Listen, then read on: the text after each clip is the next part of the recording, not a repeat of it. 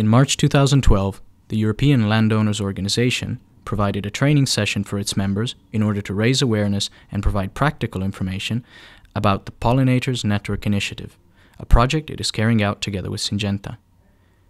The aim of this workshop was to explain to farmers and land managers how they can improve the habitat for biodiversity on their farms while also preserving the quality of their most precious capital, soil and water. One of the main objectives is to increase the presence of pollinating insects on the farm, which in turn can help farmers improve crop productivity and quality. The morning session was devoted to introducing the project and explaining the general concepts behind the implementation and management of biodiversity-rich farmland habitats. During the afternoon, the group had the opportunity to understand, on the fields of the farms of one of the ILO's Belgian members, located in the region of Antwerp, how to plan, implement and manage flower strips and hedges in order to improve farmland habitats.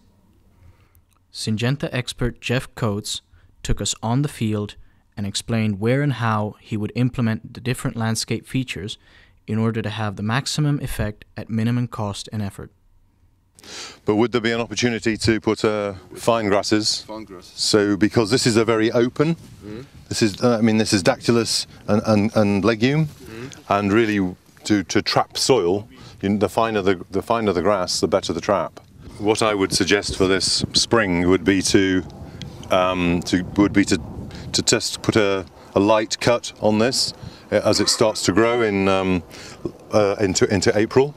Before anything decides to nest here, and before anything, the movement in the crop things start to grow, and then leave it for the summer to come into full production, and then finally in September of the year a final cut before it goes into the winter. The next key element for laying down a properly functional hedge is the way to trim it and the resulting shape it takes, which has a profound influence on its functionality to serve as a nesting area for different types of birds. I think what you've got to do is you've got to have the heterogeneity of different hedge cutting heights across the whole farm, because you'll have certain species, certain birds like to have them as points to actually sit on and sing from their territories, and certain bird species would like a very tall hedge, others like a short hedge. So you need a mixture, and particularly whether it's north-south facing hedges or an east-west growing hedge, you need to be cutting them at different heights to give that different opportunity for the different species to live on the farm. So I wouldn't say you mustn't do one. Mustn't be uniform across all your landscape, because it won't suit every type of bird. And of course, hedges grow on year 1, they flower on year 2, and fruit on 2 and 3 thereafter.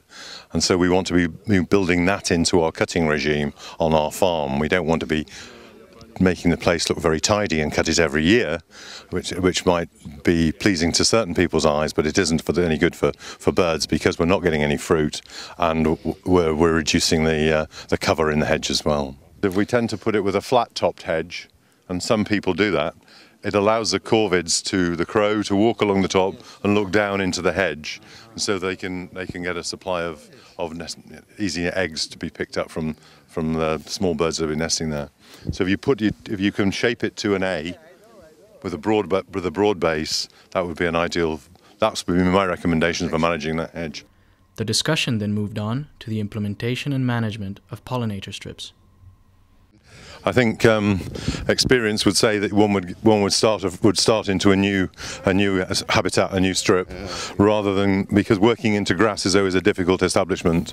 So I would always recommend either taking the old grass out and renewing it, putting it from scratch. Yes, absolutely. Some recommendations were given on the size of strips to use for this type of practice. We always say a minimum of 2 meters, no smaller than 2 meters. No smaller than 2 meters. Then it can be multiples of whatever your drill on the farm has. If the farm has a 3 meter, 4, 6, 8 meter drill, it can be a multiple of those. And a lot will depend on your agri-environment schemes as well, what they stipulate, and we must abide by those. Establishing different types of grass and grass mixtures in your pollinator strip will provide a variety of different habitats according to the target animal species and the specific on-farm conditions. That deer lawn mixture that we were talking about this morning, which is basically a number of grasses plus some herb-rich perennial mixtures in there, and that would be perfect for roe deer, to bring roe deer onto the farm, and could be sown instead of a tussocky grass mixture against the side of a hedge. It would be another substitute for that. And you could actually add a flower element to some of these habitats. It was my first comment this morning in my presentation that flower is missing from such a habitat as this. And you commented it was a green desert when we came.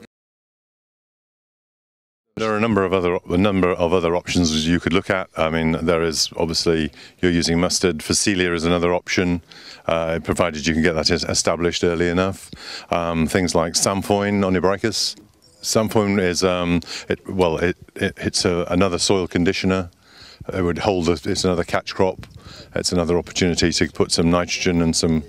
Open the soil up, just like that. It's just another option of a catch crop, and it also would have the opportunity if you didn't plough it in. It's a perennial, so you could leave it there for another year, and it's a great deliverer of pollen and nectar onto a farm. I believe we're going to put 6 meters of a pollen and nectar mixture along the side of this hedge. We would obviously need to be, first of all. At the moment, we are in early March and targeting probably sowing it in, let's say, 6 weeks' time. So we'd need to be, first of all, considering the size of the habitat we're wanting to establish and what sort of drill we have on the farm. So if we have a 3 meter drill, we'd probably do multiples of 3. So probably take it out 3 meters, 6 meters. And then we'd have to actually allow this just to start, put another green blade on, probably have 5 green blades on this grass we're standing in, and then spray that off with glyphosate. We could leave that then for anything up to a fortnight to 23 days when we'd have complete destruction. And then we would need to be considering how we were going to turn this into a seed bed. And when you're looking at old established grassland like this, inversion would be the best method, because you have a very difficult sward in which to break down. So we'd need to actually invert that. So we'd plough to 6 meters, plough 6 meters of it. And then hopefully with its right up there, we would be able to create with a cultivator, either rotavator or power harrow, we'd break that down, or a light set of discs, create a seed bed, and then middle to late April we'd sow our mixture onto the top of it. And finally, always into that situation to prevent movement of soil or wind blow, ring roll. That's a Cambridge roll. That's a serrated roll to the final operation of putting that to bed. You'd cut that then probably in, cut the whole thing possibly in late 8 weeks from then, late June, early July, depending on the season, and then finally again in September. And if you could remove the cuttings, that would be all the better. And then next year it would be away, and you've probably got 15, 20 years of growth there with just an autumn cut necessary to keep that habitat in order.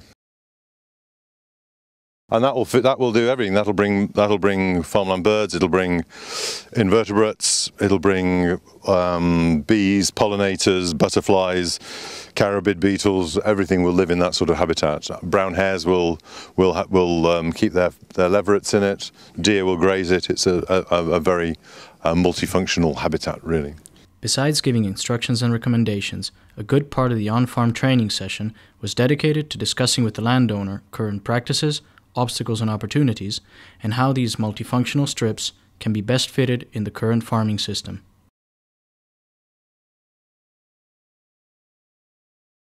So costs would be, it's your establishment, and that's time in establishment is your highest cost plus your seed.